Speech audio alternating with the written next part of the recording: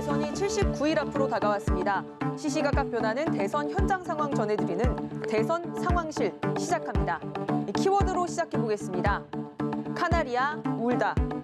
지난주 윤석열 후보 배우자 김건희 씨의 허위 경력 의혹과 이재명 후보 아들의 도박 성매매 의혹이 정치권을 강타했습니다. 두 사안이 여론에 어떤 영향을 미칠지 여야 선대위에서 촉각을 곤두세웠는데요. 오늘 아침 여론조사 결과 두 건이 나란히 나왔습니다. 결과는 모조리 하락. 대통령 후보 지지율과 민주당, 국민의힘 정당 지지율, 그리고 이재명, 윤석열 두 후보 지지율이 모두 다 떨어졌습니다. 보통 지지율은 이재명 후보가 떨어지면 윤석열 후보가 상승하는 식으로 오르락 내리락합니다. 그런데 여기선 그 누구도 이득을 보지 못했습니다. 이렇게 모든 지표가 떨어지는 현상은 처음 본다는 게 여론조사를 20년간 진행한 리얼미터 전문위원회 얘기입니다. 지난주 갤럽 여론조사에선 대통령 지지율과 양당 지지율이 동반 하락하는 이 트리플 다운이 나타났는데 올 다운으로 심화한 겁니다. 정책은 실종된 비호감 대선에 국민들의 정치 불신과 혐오 그리고 냉소가 깊어지면서 나타난 현상으로 분석됩니다. 이번 대선의 양상을 보여주는 상징적 지표이자 앞으로 전개될 양상을 시사합니다.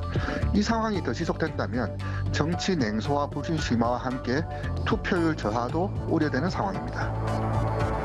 이 후보 지지율을 보면 윤석열, 이재명 후보 지지율 격차가 6.4%포인트로 오차 범위 밖에서 윤 후보가 앞섰습니다. 리얼미터 조사는 12일부터 17일까지 진행됐으니까 두 후보의 가족 리스크가 전부 다는 반영이 안 됐습니다. 이 허위 경력, 도박 문제가 모두 나온 뒤인 지난주 금, 토 이틀간 진행한 KSOI의 여론조사 결과는 조금 다릅니다. 이재명 40.3%, 윤석열 37.4%로 오차 범위 안에서 두 후보 순위가 바뀌었습니다. 윤 후보의 지지율 하락폭이 4.6%포인트로 이재명 후보보다 큽니다. 이 여론조사만 놓고 보면 김건희 씨 의혹이 더 부정적으로 작용한 걸로 보이는데 민주당에서도 또 국민의힘 내부에서도 허위 경력 의혹보다 윤 후보의 대응 방식이 문제라는 평가가 나왔습니다. 의혹의 실체 또 의혹의 그 경중이 아니라 의혹이 제기된 이유 이재명 후보와 윤석열 후보의 사과의 대응 방식, 태도를 놓고 국민들이 좀 평가를 좀 하고 있는 게 아닌가를. 윤석열 후보의 대처는 아주 잘못하고 있어요. 굉장히 우왕좌왕하고 있고 솔직하지 않고 어떤 약간 도망가듯이 그런 형태의 대처법입니다. 여야에서 모두 카나리아는 울고 있습니다. 탄광 안에 유독가스가 새면 카나리아가 가장 먼저 위험을 감지하듯 위기 경보가 울렸습니다. 민주당 박광원 공보단장은 의원들에게 메시지를 보내 이재명 후보 아들 의혹에 대한 야당 공작서를 언급하지 않는 게 좋겠다고 했고 국민의힘 김종인 총괄선대위원장은 네거티브전을 그만하자고 당부했습니다. 내년도 우리나라가 당면하고 있는 여러 가지 사태를 놓고 봤을 적에 지금 대통령이 출마하고 있는 후보들이 어떻게 그러한 문제들을 직면해서 해결할 것인가 이런 점에 포커스를 맞춰서 논쟁을 이룩해야지 이제 더 이상 이 네거티브 전쟁은 좀 그만했으면 하는 네, 오늘 여론조사에서 또 하나 주목할 만한 점은 여성 유권자들의 비호감도 심합니다. 이 여성층에서 이재명, 윤석열 후보 지지율이 동시에 평균보다 큰 폭으로 하락한 걸 보실 수가 있을 겁니다. 그리고 2030도 역시 비슷한 흐름입니다. 이런 상황에서 오늘 윤석열 후보가 신지의 한국여성정치 네트워크 대표 영입을 발표했습니다. 이 반전을 꾀한 겁니다. 90년대생 신 대표는 2018년 페미니스트 서울시장을 내걸고 녹색당 소속으로 출마해서 녹색 돌풍을 일으켰죠. 당시 정의당 후보보다 지지율이 높았습니다. 녹색당을 떠난 뒤엔 작년 총선과 4.7 재보선 서울시장 선거에 무소속으로 출마하면서 제3지대 저변을 확장하기 위한 운동을 펼쳐왔습니다.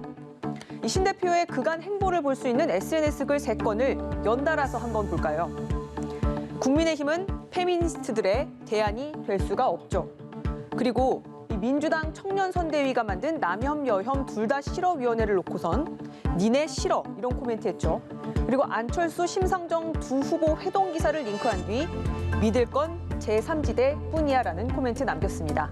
이랬기 때문에 깜짝 놀랄 만한 영입 발표였는데 특히 이준석 대표와는 젠더 갈등의 촉발 지점으로 여겨지는 2018년 이수혁 사건 때부터 날선 공방을 주고받아 왔습니다.